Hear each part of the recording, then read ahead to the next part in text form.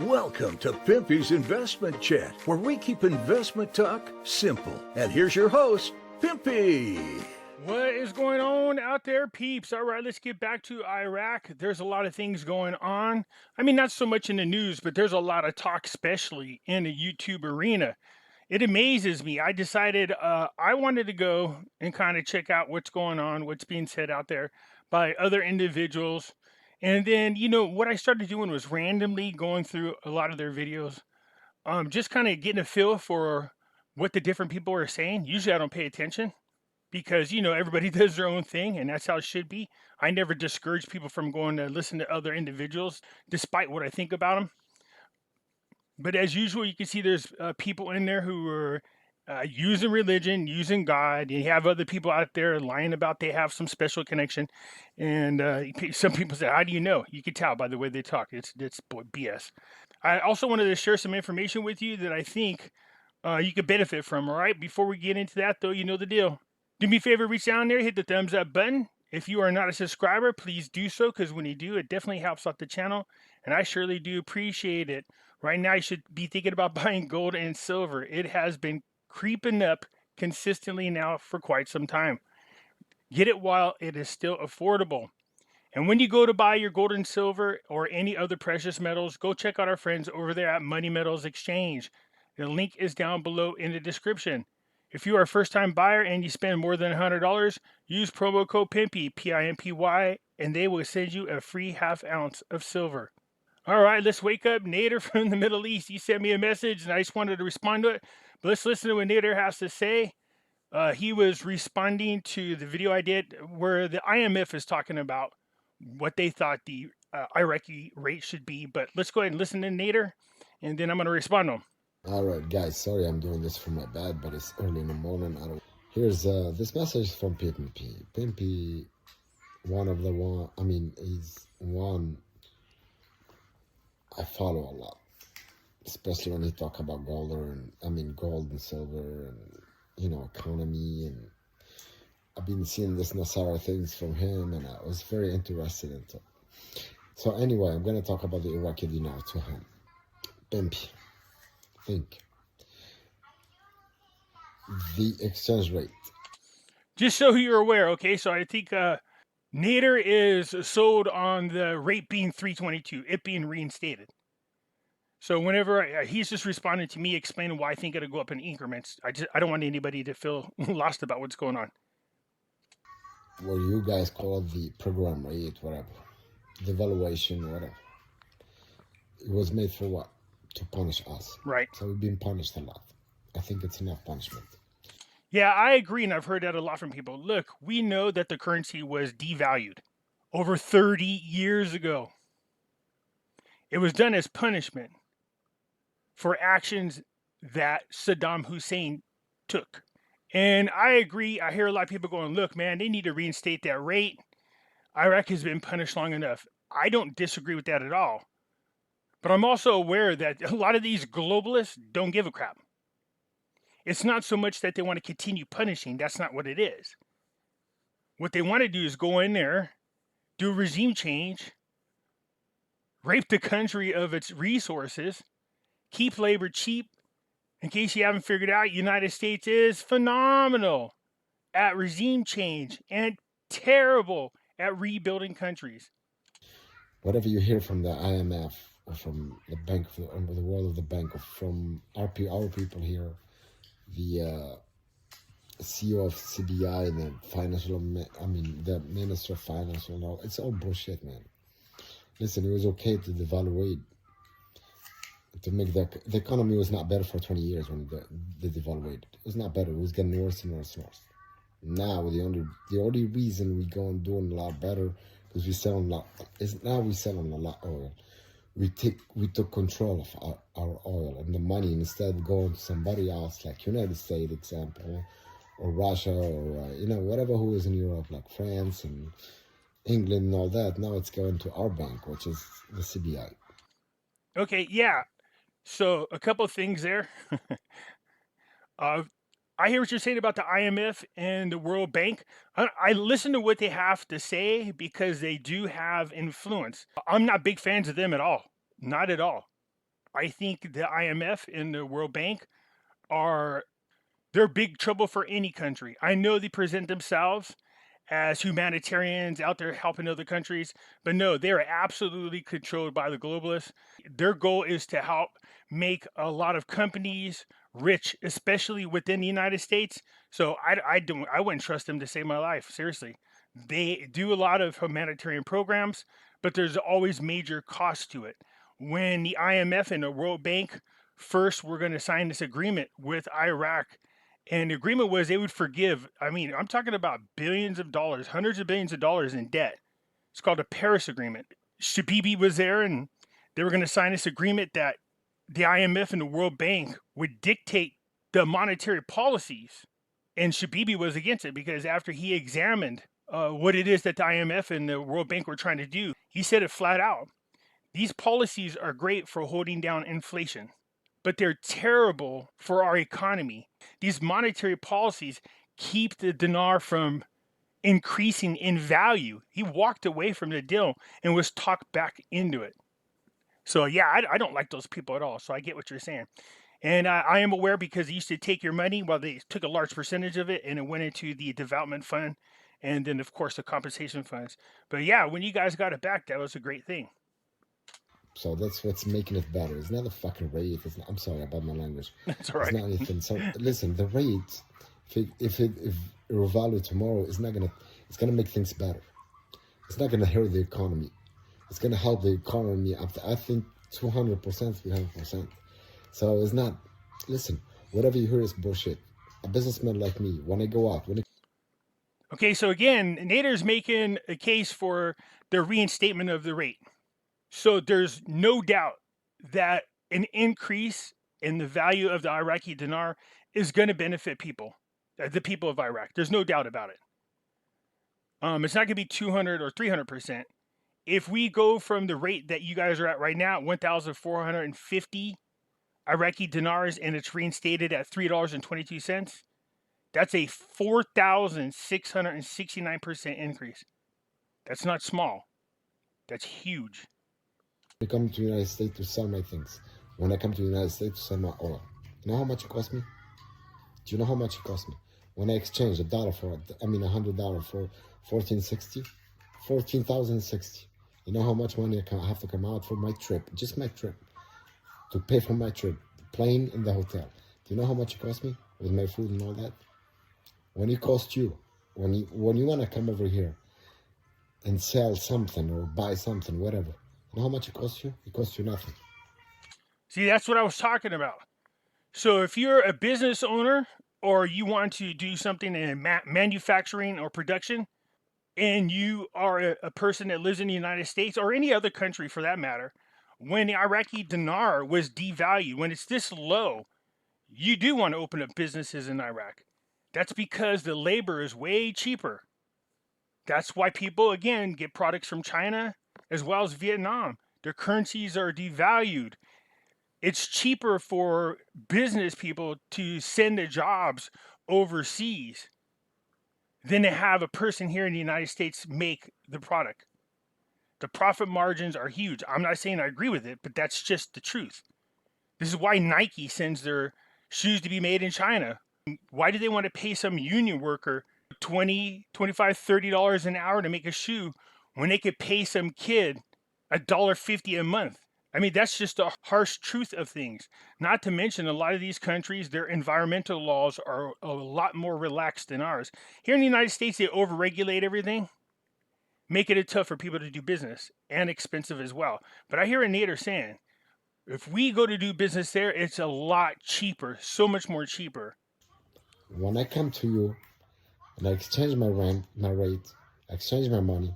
When you say you need $5,000-$6,000 to make a trip to Iraq and buy and sell stuff for work, example, you should be happy because you need me. When I come to the United States, like a few months ago, you know how much it cost me?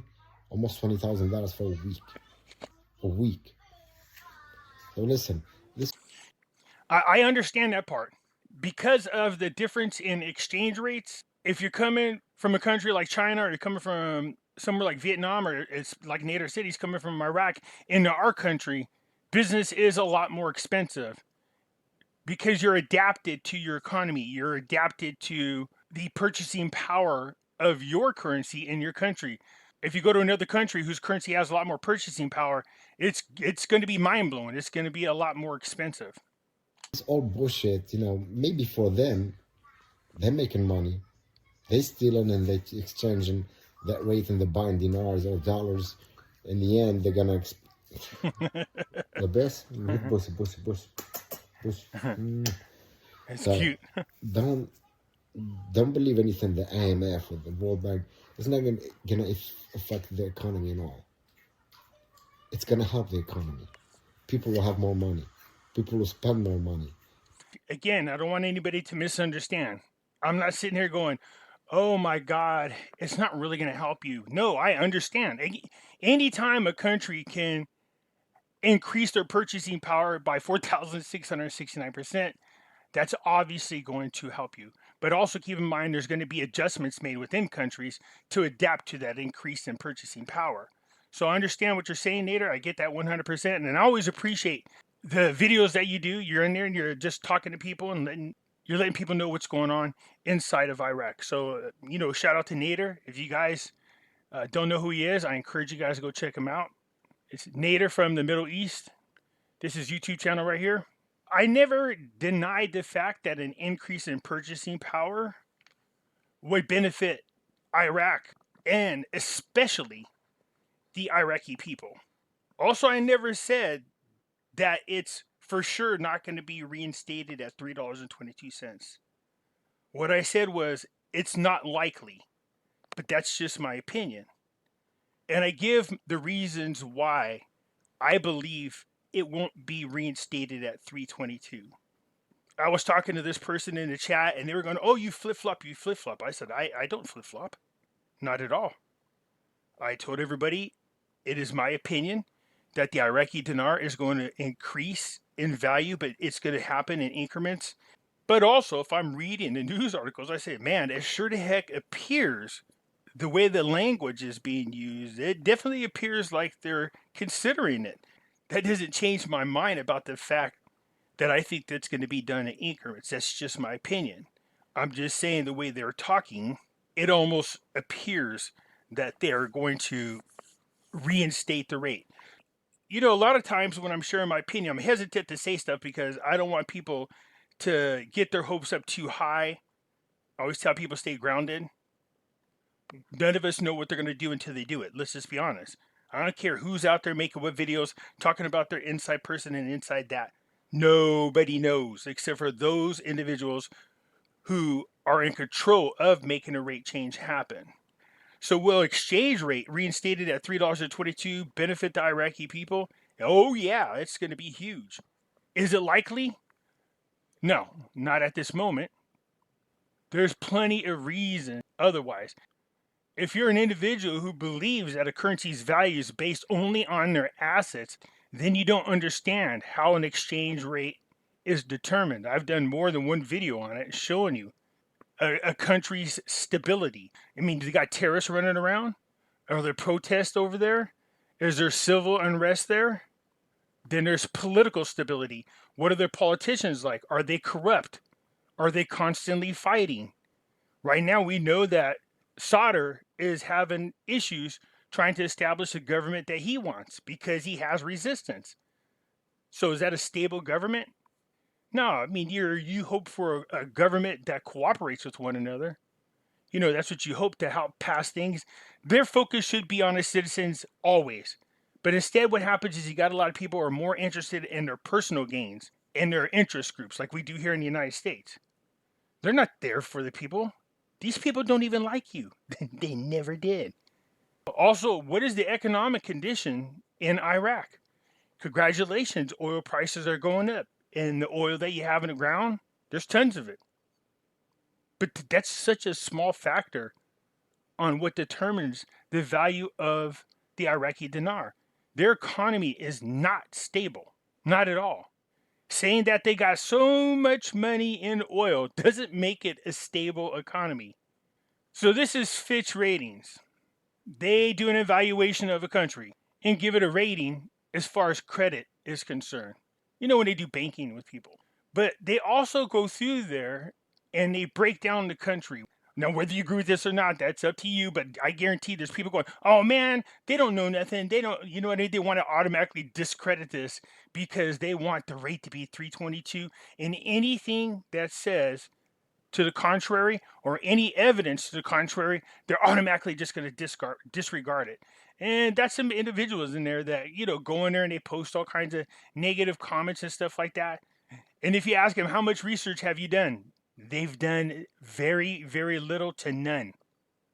So the one thing I noticed when I went through a lot of the different videos of the different people covering the dinar, very, very, very little of them take the time to educate people on what to look for. Very little. I'm almost the only guy that does this. There's some people out there, they'll say some things from time to time, but for the most part, not like this, not getting into this detail. Because if you know what to look for, and when you're paying attention to the news, you can go, oh, we're going in the right direction, or dang it, we're going in the wrong direction. But it also gives you an idea of how close we are to achieving the goal that we want. So let's do this real quick. Fitch Rating gave Iraq a B- outlook for stability. So this was done at the beginning of the year. So when they do it, they send it out. So it says key rating drivers. So it gives you an idea of what gives it its rating. So Iraq has a B-. Rating reflects the high commodity dependence. High commodities dependence. When 94% of your government budget relies on a commodity just to keep your government functioning, that's not stability. We saw what happened in 2020 when oil prices crashed. It affected Iraq, and it didn't just affect it in a little way. They crashed. They had to borrow money. They could not meet the needs of the budget. There's people they owe money to in arrears. I'm talking about government employees. If you've been listening to my videos, you hear me go, good Lord, some of the farmers haven't been paid in years. How do they function? So when your budget relies on money to function, money generated by the country, and 94% of it is dependent on one sector, no, that's not a stable economy, not by any means. So high commodity dependence, weak governance, often corrupt. They're infighting. We see it happening now. You have the coordination framework fighting with solder.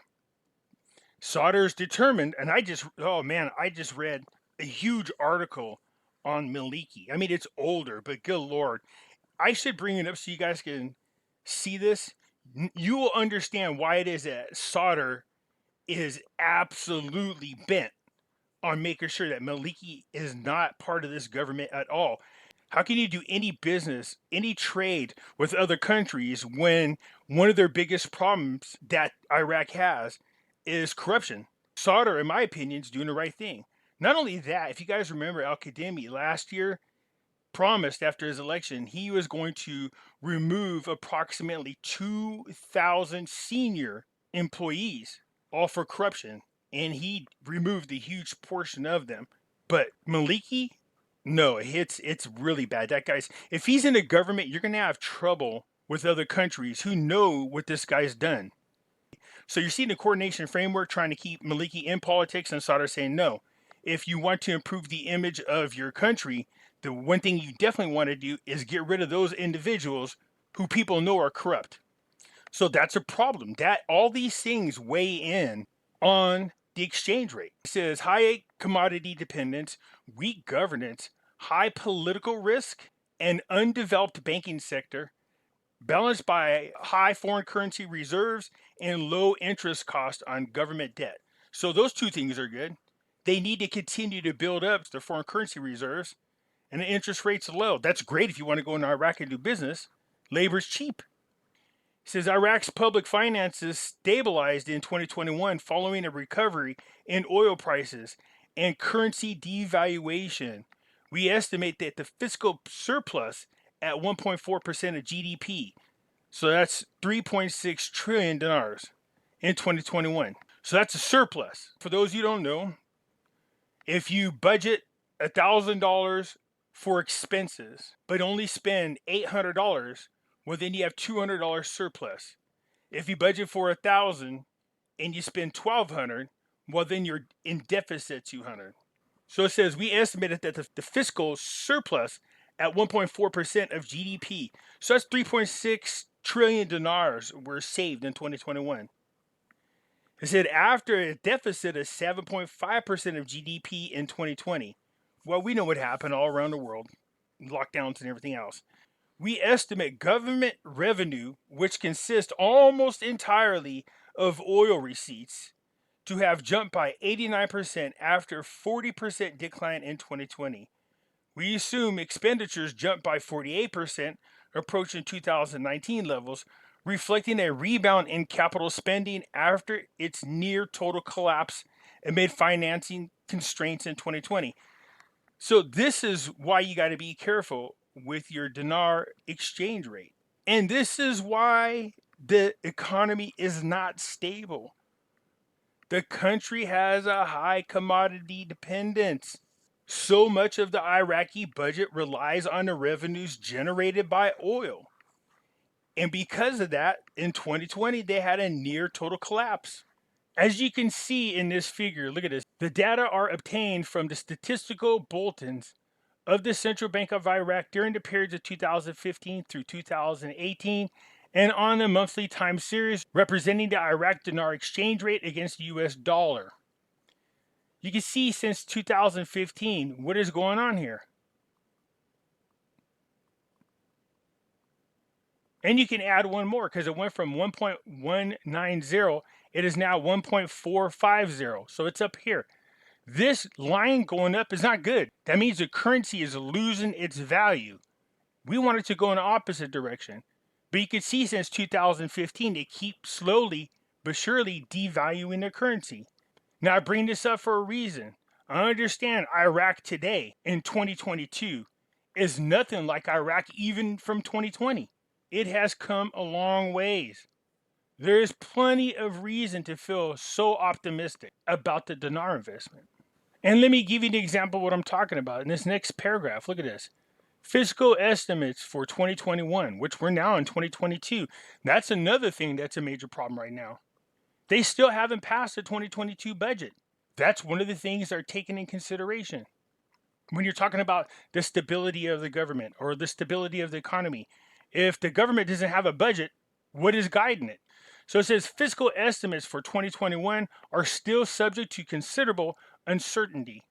The authorities expect a large pickup in spending in the final months of the year related to the financial commitments carried over from 2020 to 2021, when spending collapsed by 33%, largely on account of capital spending. So here we go again. Right here, it shows you that the fiscal surplus up until October 2021 was already at 5.5 trillion. Again, that's surplus. They're way under budget. That's awesome. That's because of the jump in oil price. However, capital spending implementation has been challenging in the past. Some of this fiscal surplus will likely be used to pay down government arrears, which are highly uncertain. So government arrears are money that they are behind on paying, especially salaries for employees.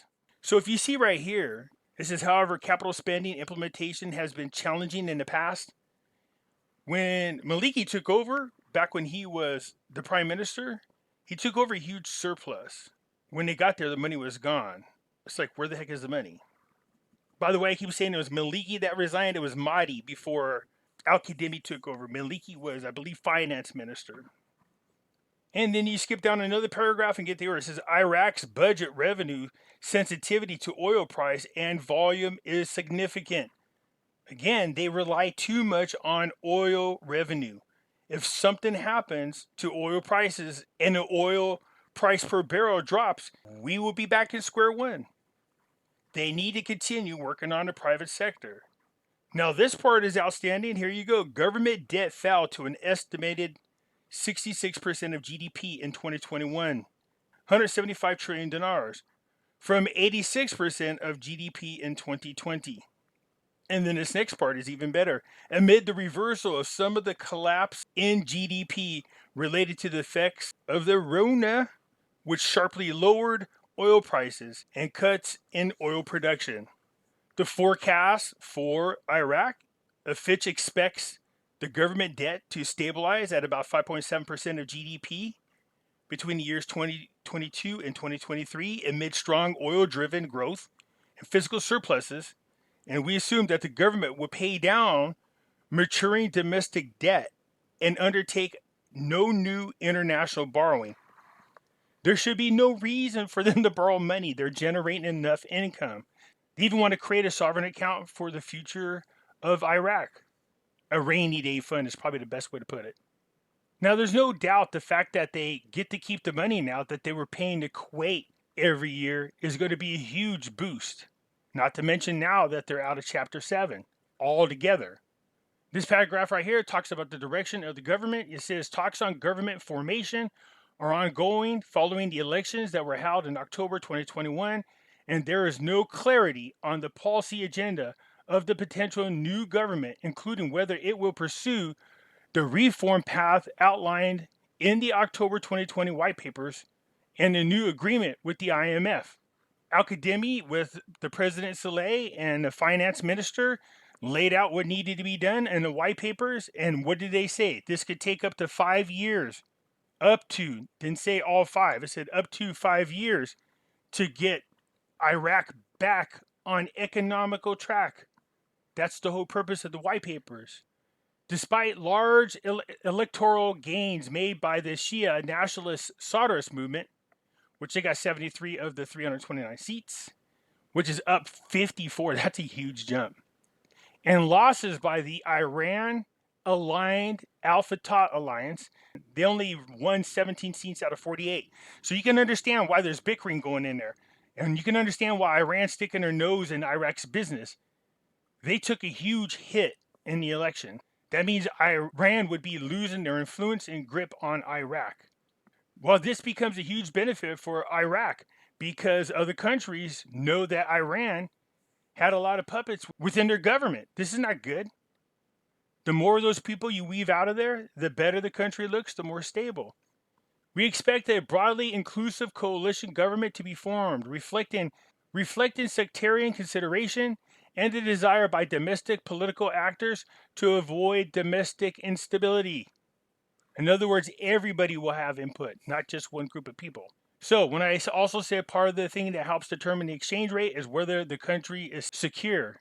You can see right here, political risk, domestic and regional constraints the rating, widespread protests, frequent security incidents relating to U.S.-Iran tensions, and insurgents activities, which is ISIS and Al-Qaeda, undermine political stability. Iraq's persistently low score across World Bank governance indicators reflect insecurity and political instability, corruption, government ineffectiveness, and weak institutions. That is not a stable government. That is not a stable economy. So all these things play a factor in the exchange rate. Not just, oh, they got a lot of oil. There are a lot of other factors. That's why I take the time to go through, explain this to people. The more people pay attention to this, the more they understand what's going on. Then when we go through the news, because I remember when I started doing videos, people are like, who cares about the news, Pimpy? Is there any news about the exchange rate? That's all people were caring about. I was like, no, you guys better pay attention to more than that. You better find out what the heck's going on in the economy, the stability, the government. That's why when I did my videos on the Vietnam Dong, I talked a lot about what was going on in the economy. Now you know why. This is important. So you can go through and read that report. I'll leave a link for it down below in the description so you can see. So I understand what Nader's saying. I get it. The people in Iraq are tired of what's going on. Yes, I agree. Over 30 years is way too long to be punishing Iraq. But you have to ask yourself, are they just punishing? Or is it more the fact that Iraq government can't get their crap together? And that's not fair to the people. If you're relying on the government to run and control a country and they're not stable, well, outside investors aren't going to be interested in going in. No other countries are going to want to do business with them. So it's not so much that they're being punished, and they were. The prolonged punishment is due to their own government and instability within the country. All right. Anyways, that's it for now. Hope you guys understand. Go ahead and hit the thumbs up button. If you are not a subscriber, please do so, because when you do, it helps out the channel, and I surely do appreciate it. I'll get at you later.